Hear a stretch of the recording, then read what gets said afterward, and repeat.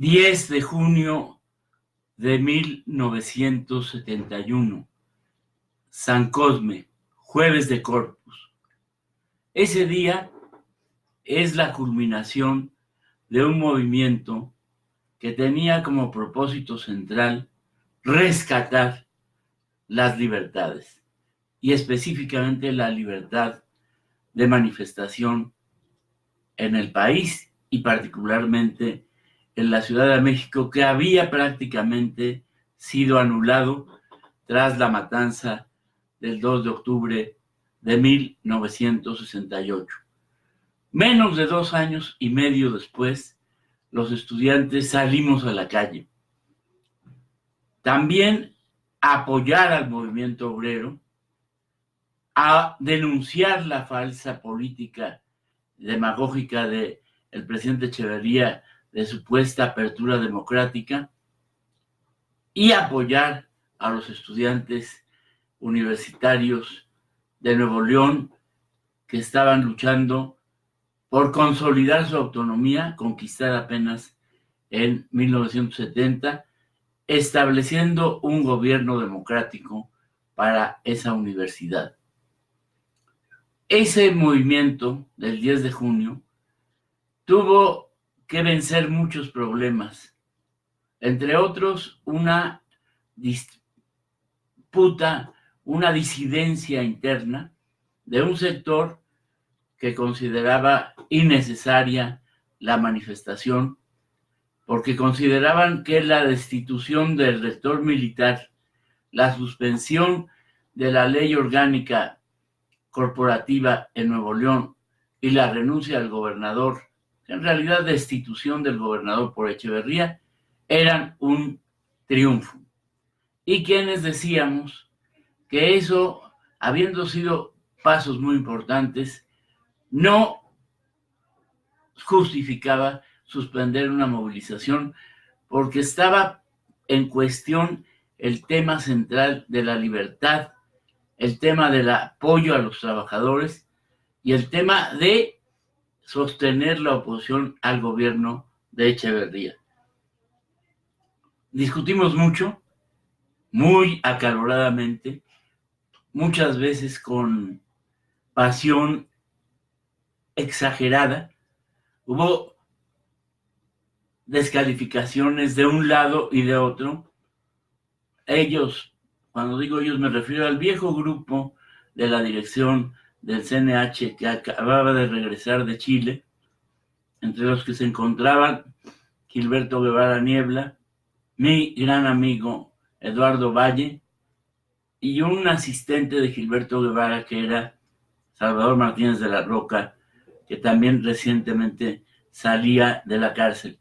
Y del lado a favor de la marcha estábamos la representación del Comité de Lucha de Economía, entre las que estaban Gastón Martínez, estaba yo, los compañeros de las preparatorias populares, entre ellos el Negro Ochoa, los compañeros de arquitectura,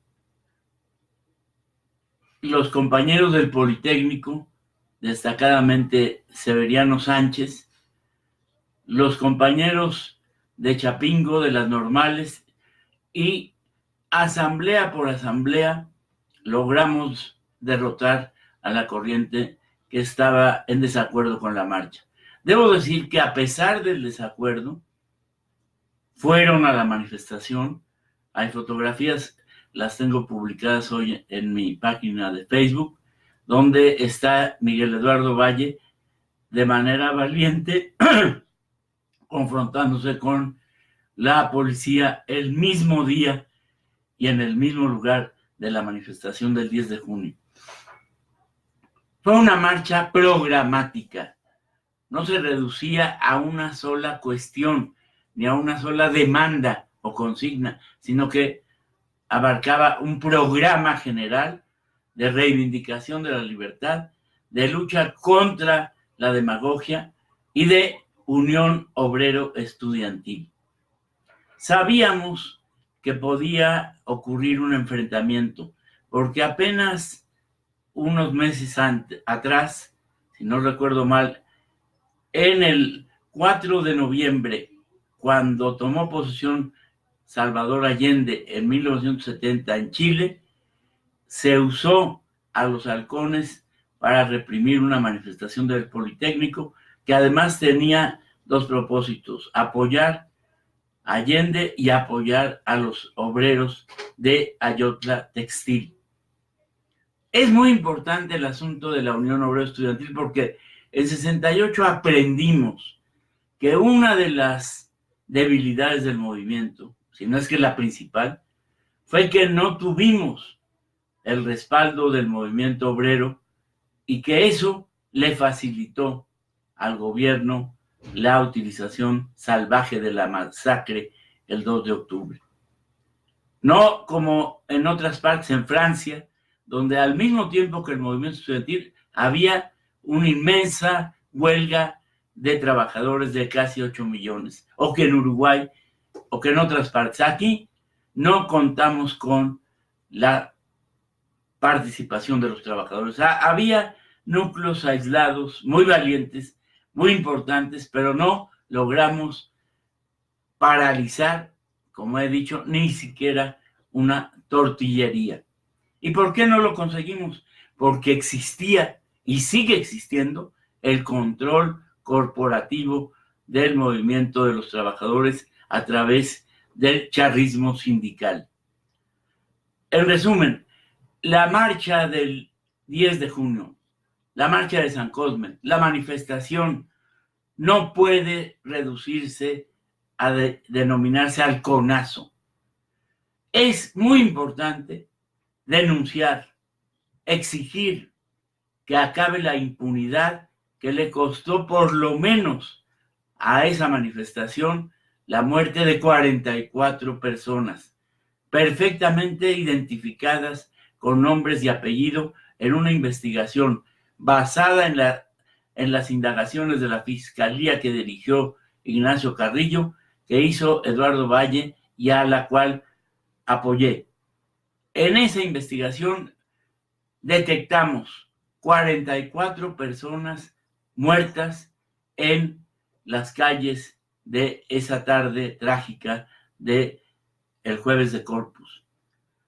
No sirve de mucho, me parece, inventar, se pueden decir 1,000, 10,000. Ahora leí en un boletín de un grupo de izquierda que respeto mucho que hubo 120 muertos. No nos sirve de nada no probar lo que decimos. Con esos 44, o si hubiera habido un solo muerto, hubiera sido un atropello inadmisible. Está pendiente entonces que termine la impunidad. Durante el proceso que también se ha escondido, igual que el 10 de junio, contra Echeverría, en la cual lo indiciamos, es decir, lo señalamos, lo acusamos, obtuvimos del juez correspondiente abrir un proceso y después de un largo proceso sentenciaron al presidente Echeverría por el delito de genocidio.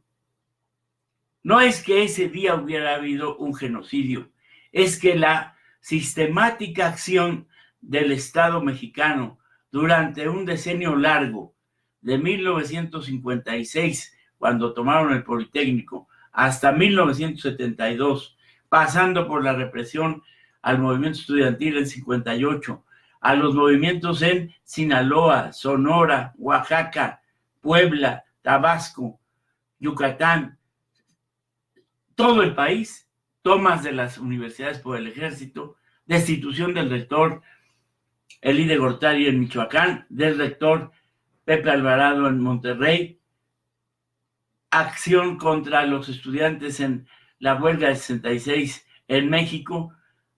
Todas esas acciones, incluyendo la detención de la marcha por la libertad en 1968, en febrero, en la carretera camino a Valle de Santiago, más todos los actos represivos del 68 que iniciaron el 26 de julio, que duraron la noche del 26, del 27, del 28, del 29 y la madrugada del 30, en batallas en defensa de las escuelas, en el centro histórico, en las preparatorias 2, 1 y 3, en San Carlos y en otras zonas del centro de la ciudad, en Avenida Madero, en Palma, en 5 de Mayo.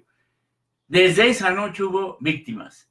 Sumados los días que comienzan el 26 de julio hasta inicios de enero de 1969, en esa investigación que hicimos con Eduardo Valle, detectamos 85 muertos. Y el 2 de octubre, justamente el 2 de octubre, en Tlatelolco detectamos 58 personas civiles muertas y 2 militares. Y ojo, sumadas las víctimas del 26 de julio hasta el 2 de octubre, un número cabalístico, 68 muertos. Pero aquí el asunto es, vamos a quedarnos dando vueltas a la noria, lloriqueando, trayendo como símbolos los cuerpos para reducir el movimiento a una noche lamentable, o sin abatir la denuncia, sin abatir la lucha contra la impunidad, rescatar el contenido progresivo de lucha del 68 y del 71.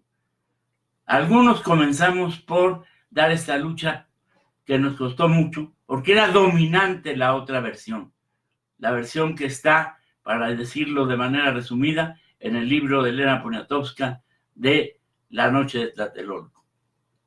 Solo la Noche de Tlatelolco, primer defecto. No, el movimiento fue un movimiento de libertad, donde nos adueñamos de las calles, vinculamos al movimiento con el sector popular, realizamos una gran cantidad de tareas de libertad.